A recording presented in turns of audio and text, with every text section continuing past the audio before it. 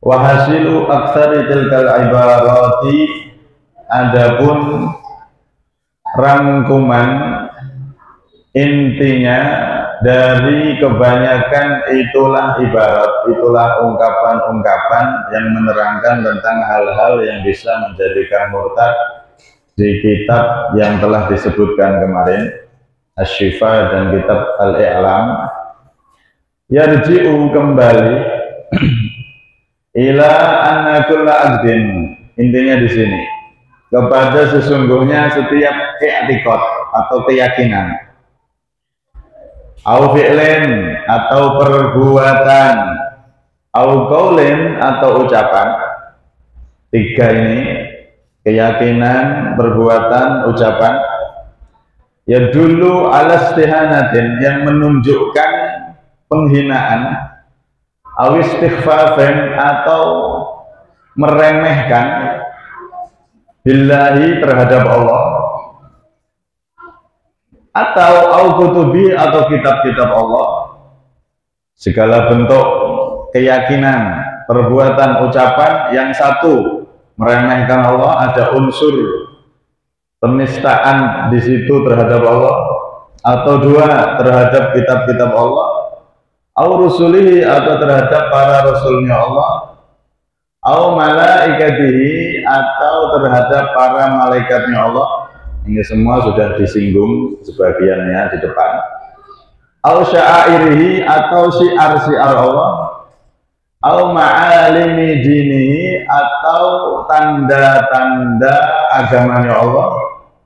Syiar-syiar Allah seperti Ka'bah atau masjid-masjid, tanda-tanda agama Allah seperti sholat dan ajaran Nabi yang lain, au ahkamihi atau hukum-hukumnya Allah, au wa'dihi atau janji-janji Allah, au wa'idihi atau ancamannya Allah, janji ancaman Allah, janji untuk mereka yang taat akan dijanjikan surga, wa'idihi ancaman untuk mereka yang maksiat akan diancam neraka jika tidak bertaubat. Itu semua jika menunjukkan penistaan, ada unsur merendahkan Allah, kitab, Rasul dan seterusnya, semua tadi itu hukumnya adalah kufrun, bisa menjadikan orang itu kufur.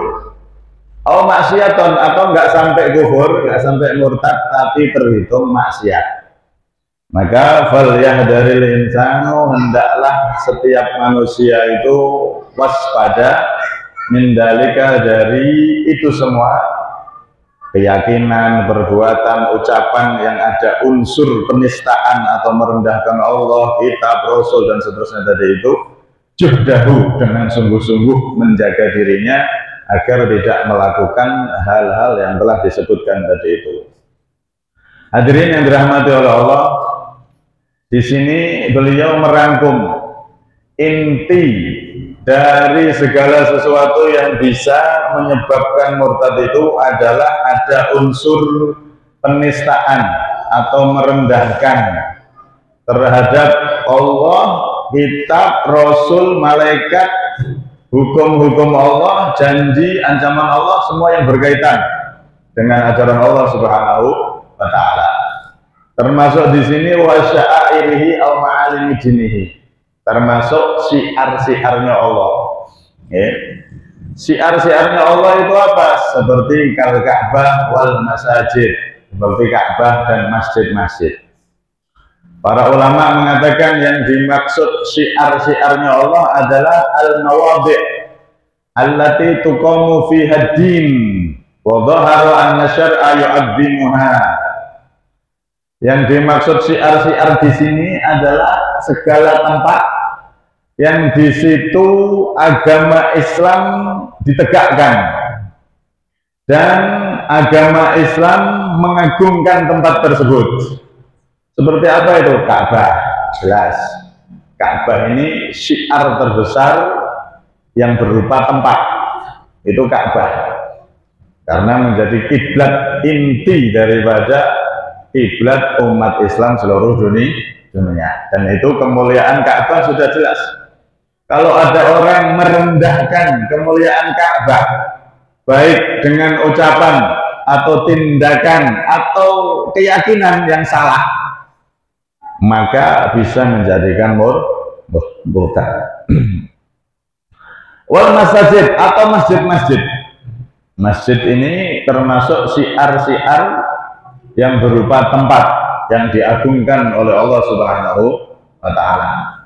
Karena itu masjid ini jangan sampai direndahkan. Bahkan Syekh An-Nawawi Al-Bantani, Syekh Nawawi Banten, dalam dunia kitab kuning ini kan ada Imam Nawawi. Imam Nawawi yang ngarang Arba'in Nawawi. Itu ulama besar jauh sebelum di masa kita, jauh sekali.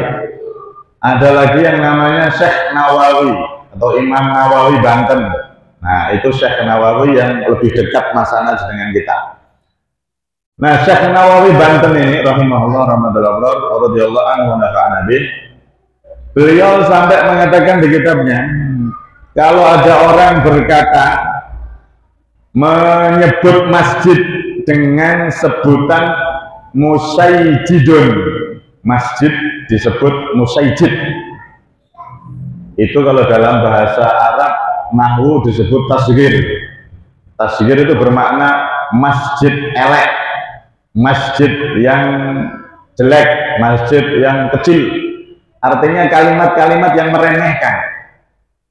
Itu kalau diniati menghina masjid bisa murtad. Kalau tidak diniatkan untuk meremehkan masjid, maka jatuhnya maksiat, asyaddat tahrim, haram yang sangat dahsyat, haram yang sangat kuat. Contoh, nek wong bojone sregep ke masjid, Pak dari di masjid, mosjad masjid, mosjad masjid. Masjid disebut dengan nggak sopan, itu bahaya loh. Masjid itu tempat yang diagungkan Allah, disebut mosjad masjid, mosjad masjid wae. Seperti itu kalau niatnya untuk meremehkan masjid, merendahkan kemuliaan masjid, bisa murtad. Karena itu termasuk syiar-syiar Allah yang dimuliakan oleh Allah Subhanahu wa Ta'ala. Karena itu di dalam pembahasan ulama itu beda antara masjid dan musola.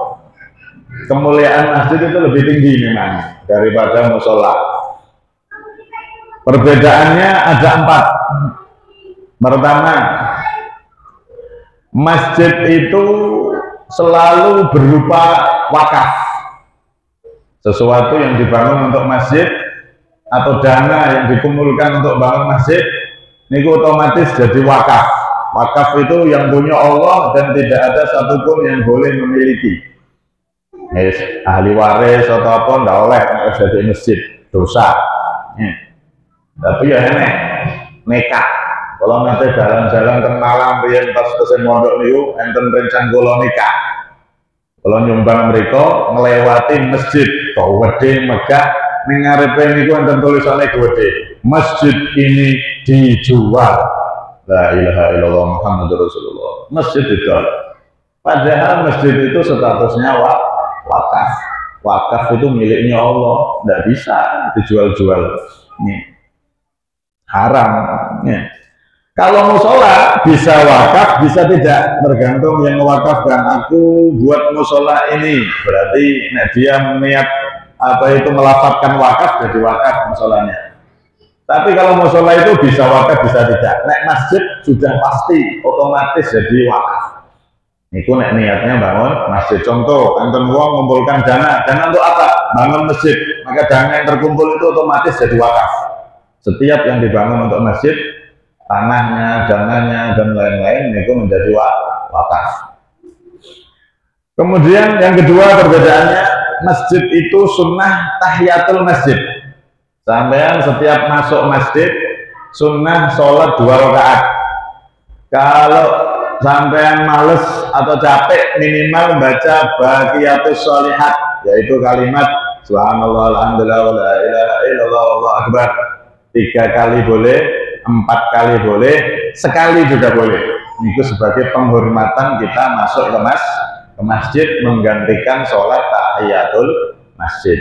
nek wong-wong soleh, ulama-ulama niku sing soleh tenang, niku nek mlebu masjid pasti sholat 2 rakaat.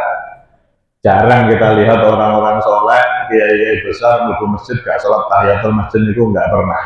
Mesti sholat. Nih, kecuali kiai nang, kiai magang atau orang kiai nang. Niku mlebu masjid ya wes asal duduk gitu. Padahal masjid itu sesuatu yang diagungkan oleh Allah, sehingga sunnah sholat tahiyatul masjid, penghormatan terhadap masjid. Nek musola tidak disunahkan tahiyatul masjid. Terus kalau ada kasus musola dijadikan masjid gimana? Nggak bisa. Kalau sudah musola itu wakaf untuk musola, tidak bisa dirubah menjadi masjid. Nah, dipakai Jumatan gimana?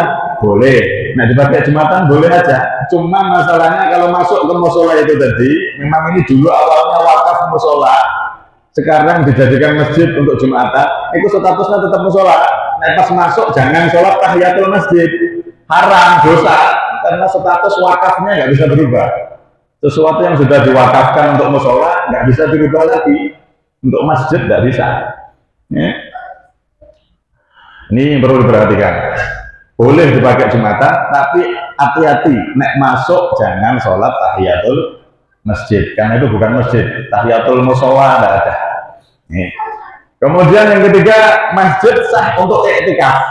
Kita masuk masjid terus niat nawaitul i'tikaf sunnatan lillahi ta'ala, saya niat i'tikaf, berdiam diri di masjid sunnah karena Allah Ta'ala.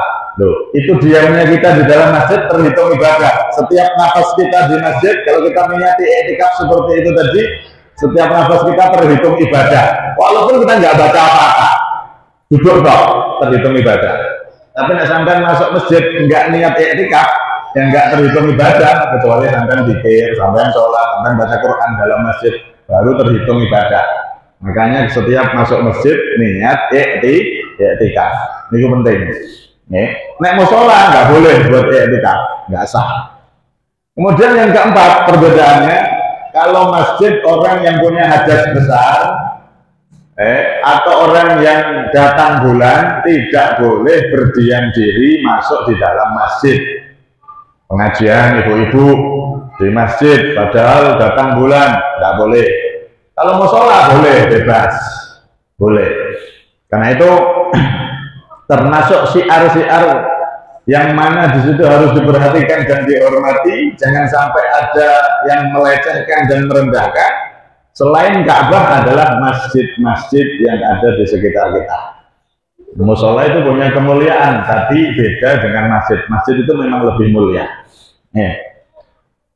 Di dalam fikih itu disebutkan, orang yang membangun masjid lebih dari satu di satu kampung, apakah boleh? Maka hukumnya boleh dan dianjurkan bangun masjid itu. Masjid banyak satu desa itu boleh. Mau ada 1000 masjid bagus, nggak apa-apa, yang penting dimakmurkan. Yang nggak boleh itu sholat Jumat lebih dari satu dalam satu desa, itu yang nggak boleh. Ini menurut pendapat yang mu'tamad, yang kuat. Ada pendapat yang lain yang mengatakan boleh asal 40 orang di setiap Jumatan itu minimalnya. Nabi SAW menganjurkan kita untuk membangun salah satu syiar Allah ini, yakni masjid, man bana masjidan kamaf hasib kototin al asghar banallahu lahu baitan fil jannah. Siapa orang yang bangun masjid walaupun seperti sangkar burung kecilnya, maksudnya masjidnya cuma cilik, al asghar bahkan lebih kecil daripada sangkar burung, bangun masjid bangun masjid cilik tapi masjid, jangan niat bangun masjid walaupun kecil, banallahu baitan fil jannah, orang itu akan dibangunkan istana ada di surga. Jadi masjid niku dibangun di setiap tempat, banyak hukumnya boleh. Yang tidak boleh itu Jumatan yang banyak, itu tidak boleh. Jumatan harus satu tempat, itu menurut pendapat yang kuat, pendapat yang mu'tamad. Bahkan kalau satu kampung ada 100 rumah, di satu kampung tidak ada masjidnya, padahal kampung tersebut ada 100 rumah, maka semuanya dosa. Bangun masjid itu fardu kifayah di setiap kampung, sak desa jumlah desanya itu ada 100 kakak, itu minimal harus ada masjid satu. Dan lebih dari 100, ya sudah, yang penting ada masjid satu di desa tersebut, di kampung tersebut. Lebih tambah bagus, yang penting dimakmurkan. Jadi kadang-kadang disalahpahami, bangun masjid lebih dari satu nggak boleh. Nggak boleh, bangun masjid itu dianjurkan malah. Yang nggak boleh itu jumatannya. Masjid jamek satu, tapi nek masjid boleh banyak. Jamek itu yang dipakai jumatan satu aja. Nih. Dan jumatan itu sebetulnya nggak harus di masjid juga, boleh di lapangan, boleh di mana, yang penting asal di perkampungan tersebut. Itu dalam fikih dibahas seperti itu. Jadi yang tidak boleh itu masjid jamek, masjid yang dipakai jumatan lebih dari satu, itu yang nggak boleh. Itu pun mengikuti pendapat yang kuat. Ada pendapat lain tadi itu. Nah, di sini kalau ada orang dia tidak sopan terhadap masjid, bahkan Syekh Nawawi tadi cuma seperti itu, masjid, nyebut kalimat masjid dengan nada meremehkan. Nah, niatnya ngeremehkan masjid bisa murtad, karena masjid itu syiar-syiarnya Allah Subhanahu wa Ta'ala. Lah apalagi kok enek wong pacaran ning jero masjid. Na'udzubillah min dzalik. Apalagi lebih dari pacaran, kumpul bebek, kumpul kebun di jero masjid. Na'udzubillah min dzalik. Hati-hati loh, taruhannya iman itu bisa murtad itu. Masjid ini harus dihormati.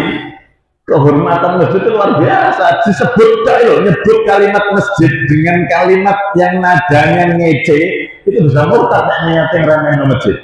Lah bagaimana kok melebur di masjid maksiat, apalagi tidak zina dalam masjid. Alhamdulillah min dzalik. Hati-hati. Masjid itu disebut apa? Baitullah, rumahnya Allah. Saking mulyanya masjid sampai disebut Baitullah, rumahnya Allah. Bukan rumah presiden, bukan cuma rumah raja, bukan rumah pejabat, tapi rumahnya yang maha kuasa yang menciptakan alam semesta, yaitu Allah Subhanahu wa Ta'ala. Baitullah, rumahnya Allah, menunjukkan Allah sangat menghormati dan mengagungkan masjid. Makanya ini dimasukkan oleh beliau syiar-syiar Allah. Dan semua yang berkaitan dengan agama kalau diremehkan itu bisa menjadikan murtad. Waliyadzubillah min dzalik. Mugi-mugi kalau panjenengan diparingi selamat. Amin Allahumma amin. Kemudian atau ajaran-ajaran Nabi yang lain yang menjadi tanda ajaran agama Islam. Seperti apa? Disebutkan dalam syarah itu sholat, seperti sholat. Sholat ini Pak, pembeda dan tanda kita umatnya Kanjeng Nabi, umat Islam itu tanda terbesar diantaranya adalah sholat ini. Kalau sampean puasa Ramadan, maaf agama lain juga ada puasa. Nih, orang-orang yang agama lain, ini puasanya malah ngeri kadang sampai berhari-hari. Biar sakti sampai titel tingkatan tertinggi di dalam ajaran agamanya. Kita puasa, mereka juga puasa, malah kadang-kadang puasanya lebih ngeri. Gak boleh makan yang bernyawa, gak boleh makannya cuma air sama apa gitu toh. Itu ada agama lain juga puasa. Yahudi kosong. Ya. Orang Yahudi itu ajaran agamanya mewajibkan puasa juga. Kita umat Islam puasa, agama lain ada puasa. Ya. Kita umat Islam zakat mengeluarkan harta di jalan Allah. Agama-agama di luar Islam banyak juga. Tuh lihat mereka jor-joran malah sampai dibentuk tim sampai ada yang namanya misionaris. Mereka punya tim yang mengumpulkan harta dipakai untuk menyusur di daerah-daerah terpencil, apalagi di pelosok-pelosok gunung, apalagi di daerah-daerah yang ketika ada bencana. Orang Islam atau orang yang di luar agama mereka pas kena bencana susah nggak bisa makan, didatangi. Tak kasih makan, tak kasih bantuan, tak jamin hidupnya untuk bangkit lagi, tak kasih modal, tapi ikut saya, ikut agama saya. Oh mereka kalau sudah seperti itu jor-joran, jor-joran. Bahkan pemimpin mereka itu mewah digaji, pendetanya atau pemimpinnya itu gajiannya ngeri per bulannya itu. Jor-joran mereka. Kalau berbicara mengorbankan harta di jalan agamanya, maka agama lain ada juga ajaran tersebut. haji, datang ke satu tempat yang disakralkan, yang dianggap suci. Agama lain juga punya tempat suci, mereka juga pergi ke sana. Kayak orang haji itu kunjungan, tapi ya beda ritualnya. Tapi mereka juga punya tempat suci yang mereka sucikan, yang dianggap suci maksudnya. Apa coba? Semua hampir sama ada, maksudnya ada dalam Islam ada, di luar Islam ada. Poso ada, walaupun ya beda Ramadan sama puasa mereka, tapi kan sama-sama puasa. Ada gitu loh. Tapi nek sholat, rukuk, sujud nggak ada. Di agama lain nggak ada. Itu pembeda antara kita sama orang selain Islam. Karena itu Nabi SAW menyatakan dalam hadis, innal ahdal ladzi bainana bainahum shalah faman tarakaha faqad kafar. Sesungguhnya perjanjian antara kita dan mereka, alias perbedaan antara kita dan mereka adalah sholat. Maka siapa orang yang meninggalkan sholat, dia benar-benar telah kufur kepada Allah Subhanahu wa Ta'ala. Meninggalkan sholat dengan niatan meremehkan atau menganggap sholat tidak wajib, sholat lima waktu itu tidak wajib. Intinya ada unsur peremehan dan penistaan terhadap sholat, maka di situ bisa menjadikan murtad. Waliyadzubillah min dzalik. Nah, ini dicontohkan syiar Allah seperti Ka'bah dan masjid, ma'alim tanda-tanda agama Allah seperti sholat. Ini tadi tandanya itu ya tandanya wong lanang kumisen misal, tandanya wong lanang jenggoten misal, tandanya wong lanang yo mlakune tegak, nek tandanya wong wedok yo ono tandane dhewe. Nah, di antara tanda-tanda agama Allah yang besar dan harus hati-hati jangan sampai diremehkan yaitu sholat. Perkara kalau kita misalkan ada orang Islam yang tidak sholat, tapi jangan sampai meremehkan sholat. Ojo sampai nganggep sholat itu gak penting. Sholat itu nggak ada gunanya, sholat itu nggak wajib bagi saya. Nah, ini yang jadi murtad. Kalau ada orang nggak sholat tapi dia merasa salah, kalau salah dia di hatinya merasa saya ini salah, banyak dosa, setiap hari nggak sholat, banyak dosa. Dia mengaku itu. Nah, ini dia dosa besar tapi nggak sampai murtad. Nah, nek wong nggak sholat terus hati ini meyakini sholat tidak ada orang gunanya. Nah, ini murtad ini, walaupun KTP Islam. Nah, alhamdulillah, maka hati-hati. Ini termasuk ma'alim dini, ya, tanda-tanda besar dari agama Allah Subhanahu wa Ta'ala, yakni agama Islam. Nah, kemudian di sini disebutkan oleh beliau, fal yahdaril insan min dzalika jurja. Hendaknya setiap orang itu berhati-hati dari segala keyakinan yang salah yang bisa menyebabkan murtad. Dulu sudah pernah dibahas, diantaranya meyakini Sayyidina Abu Bakar bukan sahabat dan seterusnya. Hati-hati dengan semua keyakinan yang salah. Kemudian hati-hati dengan semua perbuatan yang salah, perbuatan yang bisa menjadikan murtad. Diantaranya dulu sudah pernah dibahas sujud kepada berhala dan seterusnya, sudah pernah dibahas semua itu. Kemudian hati-hati juga dari ucapan. Nah, ucapan, perhatikan jangan sampai kita meyakini berbuat mengucapkan hal-hal yang bisa menjadikan murtad.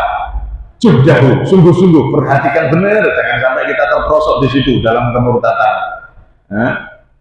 Termasuk di sini disebutkan oleh Syekh Nawawi Banten ada satu hal yang mungkin sering orang lakukan.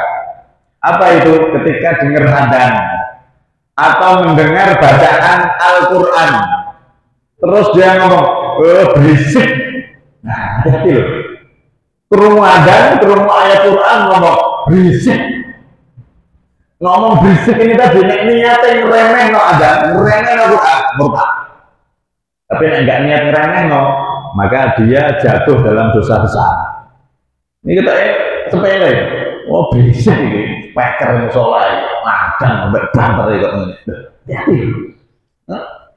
Adzan, bacaan Quran, oh itu sesuatu yang agung di sisi Allah, dianggap sesuatu yang mengganggu. Ya. Nah, gak pengen berisik yang gaya film yang tengah hutan sana, enak dan jadi hutan kan, pengen gak berisik. Tapi kalau berisiknya ya beda meneh. Ya. Nah, yang mana berisiknya hewan buas teko, kapok. Nah, wong Islam kok iso lho, krungu adzan nganggep berisik, merasa terganggu dengan speaker. merasa terganggu dengan bacaan qiraah Quran. Padahal orang Islam, kok bisa? Harusnya orang Islam di hatinya ada iman, dengar adzan, dengar Quran, ya semakin adem hatinya. Daripada dengar musik, cedak jeduk. Nah, dengar musik nggak pernah terganggu, nggak pernah merasa terganggu. Dengar nyanyian India, nyanyian ini itu, bahkan song horeg nek perlu, nggak terganggu. Sowan terus adzan, terus qiraah, berisik di masjid ini, berisik di musola. Hati-hati deh. Berisik, omongan berisik itu tadi ditujukan untuk ada, ditujukan untuk ayat Quran yang dibaca, maka itu kalau tujuannya menistakan, meremehkan, murtad, kalau nggak ada niatan menistakan, itu jatuhnya maksiat asyaddat tahrim, maksiat yang menyebabkan dosa besar sangat haram. Kemudian ada satu hal lagi yang ini mungkin juga sering kita lakukan kadang-kadang. Syekh Nawawi ini menyebutkan hal-hal yang lumrah dilakukan wong agar kita hati-hati jangan melakukan lagi. Ada orang mencela makanan di meja, makanan yang meja dicela. Oh, gak enak kabeh makanan ini. Nyela, mencela makanan yang dihidangkan istrinya di rumah. Celah. Ini beliau menyebutkan inda Abi Hanifah, menurut Imam Abu Hanifah, untungnya gak menurut Imam Syafi'i ya, menurut Imam Abu Hanifah, niku bisa kufur, bisa murtad, mencela makanan itu bisa murtad. Kenapa? Li'annahu yakfuru bi ni'amillah, karena itu terhitung mengkufuri nikmat pemberian rezeki dari Allah. Mencela rezeki yang ngasih Allah dicela. Itu menurut Imam Abu Hanifah bisa kufur. Nah, tapi menurut Imam Syafi'i tidak sampai kufur, cuman ya dosa. Asyaddat tahrim tadi itu. Nah, makanya lihat bagaimana Nabi SAW tidak pernah mencela makanan. Ini sering saya ceritakan. Beliau pernah sudah capek dari berdakwah, pulang sampai rumah tanya keluarganya, ada makanan, ada lauknya, nggak ada Nabi, nggak ada lauk kecuali cokak. Akhirnya Rasulullah makan roti pakai cokak. Roti seadanya sama cokak. Nah, roti kan enaknya kayak sayur. Kalau orang Arab tuh sukanya sayur daging sama roti, atau pakai keju atau pakai coklat. Ini cokak, roti anyep, roti yang nggak ada rasanya, tawar dikasih cokak. Bayangin loh, rasanya kayak apa? Lihat bagaimana Nabi ngomong dan tidak marah, tidak mencela makanan sama sekali. Justru beliau memuji. Ni'mal idamul khol, ni'mal idamul khol, ni'mal idamul khol. Dalam riwayat ini, dalam salah satu kitab ini beliau mengatakan itu 3 kali. Nikmal idamul khol 3 kali. Artinya apa? Senikmat-nikmat, sebagus-baguslahnya lauk, sebaik-baiknya lauk adalah al-khol, cokak. Masya Allah, sebagus-bagus, sebaik-baiknya lauk adalah cokak. 3 kali itu ulang lagi. Enggak dicela. Ulang jenengan cokak itu rasanya kan kumetut. Subhanallah, nggak dicela sama Rasulullah. Sampai setelah tahu hadis ini diriwayatkan Siti Aisyah, Sayyidina Jabir seorang sahabat awalnya nggak begitu suka cokak, tapi gara-gara dengar Nabi ngomong sebaik-baik lauk adalah cokak, akhirnya beliau setelah aku dengar hadis itu, mulai saat itu aku cinta dan aku seneng kalau makan pakai cokak. Awalnya nggak seneng, tapi diseneng-seneng karena kan Nabi mengatakan seperti itu. Setelah itu Jabir ngomong seperti itu.